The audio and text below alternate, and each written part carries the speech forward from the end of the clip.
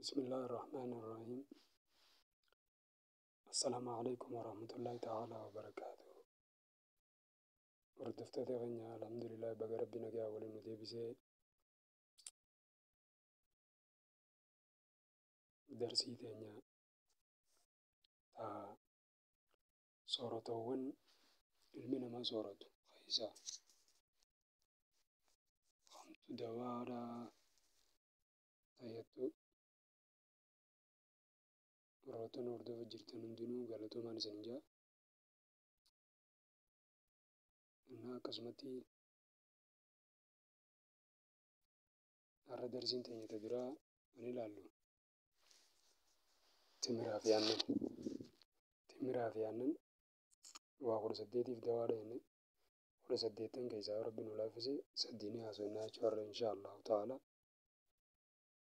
إنها لدي خلص سديت كيسا حبة سديد بنا تمرا في عنن يوني في ولي بتابتني دوغنيس متى يو تمرا زي أجانا رد بيديس متى يجوار لچوتو ولا ما قلتو أنني تمري وجيجيراتشون وخلص سديد نمر اتزاي جو دبدي سنرا تدرا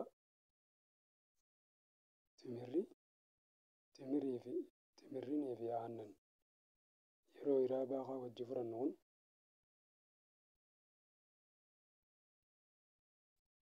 سكرك أمنا ما خيسا دبي سكراتي فوان نما ساتلو وان سببته دبي سكرا نما كاسو سن الرئيس نما الرئيس تسا لما فا قامنا ماتي سنكول كل ليسا سمونا ماتي سنكول كل ليسا تشولي سمونا ما خن للا فتنون داوني ججبيسا ويادچو رتيس دنديتي ويادچو تيس نما دبلا akkasuma oowwi namaa isaa baala dabalus qabbantii isaa baala nama kutus hundarraa'u nama tiisaa jechuudha. Tokkoffaa inni lammaffaa qaama namaa oowwiseeti anniisa qaama namaa oowwiseeti qaama namaatiif mirqaana dabalee ujummooleen dhiigaa hundinuu akka qulqullooytee dalagaa isiitti fuftu taasisaa jechuudha. Akkasumas nageenya tiruutiis eegaa jechuudha. Dhibee tiruutiin namni kan saaxilamne akkasumas nageenya garaacha namaatti eegaa jechuudha. Akka gaastirikiif hin saaxilamne akka qoonqoon ati nyaattu sirraa dalaytu akka qoonqoon ati nyaattu sin boqoysine sirraa dalaguu hin dinne san gargaaraa jechuudha. Akkasuma garaachi kan kee akka madaa'ee gaastirik takkaa'u kaansariif hin saaxilamne irraa walaa jechuudha. Akkasuma viitaaminoota hedduu of keessaa qabaa jechuudha.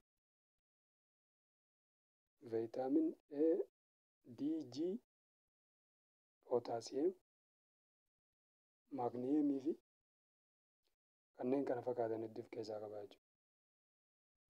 Akkasuma soora akkaan barbaachisaa ilma namaatiif ta'e kan ilma namaa waan isa miidhurraa ittisu keessatti ramadameeti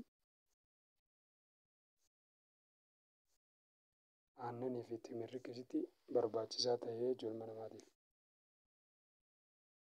Inni sadaffaa karaa xumuraa lafee namaa jabeessaa timiraa fi aannan hogguufa wajji fayyadaman. Akkasuma rifeensi namaa nagayaan biqiluurra gargaara.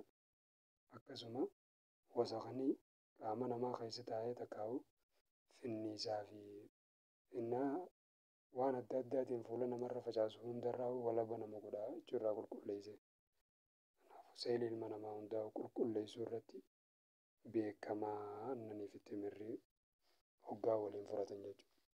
Kanaafuu isa kana haala akkan fudhanna yeroo soommana gaa'ee raabbanne aannanii fi isaan raabbanna bareedaadha. Yeroo soommana hin ta'in ammoo akkasitti aannanii fi isa waliin fudhataa jechuudha. Ganamaa fi galgala guyyaa 3 irraa kaasee hanga guyyaa 7tti fudhachuu dandeessaa jechuudha. Guyyaa 7 irraa kaasee hanga guyyaa 3tti. Kanaaf feetu guyyaa 4, feetu guyyaa 5, feetu guyyaa 6, feetu guyyaa 7 hedduu fudhachuu dandeessaa jechuudha. Kanaaf akkasitti dhibeelee 8 jenne tanarraayis walaba nama taasisaa. 18 jennee 3 irraa osoo inni dhibeelee 15 hafee jechuudha. Bu'aan inni qabu waan inni nurraa ittisu jiru jechuudha. Kanaaf darsiin teenya taarraa asuma dhaabbatti. Inshaallah waan irraa isiniif hin galin irra deddeebi'aa caqasaa. Waan irraa isiniif hin galin komantii jalatti yaada qabdan dabaluu dandeessanii jechuudha. Inshaallah hanga darsii biraatiin Rabbi waliin nu deebisutti kabajamtoon kiyya nagaan naaf jiraadhaa. Ramadaan mubaarak. Soomana qeebalamaa kakeessa milkii du'aan teenya hundi keessa qeebalamte keessa muslimtoonni hundi furame keessa gammannu nu haa taasisu. Har'aaf asumarra dhaabbannaa. Wassalaamu alaikum warahmatullahi ta'aalaa wabarakaatuh.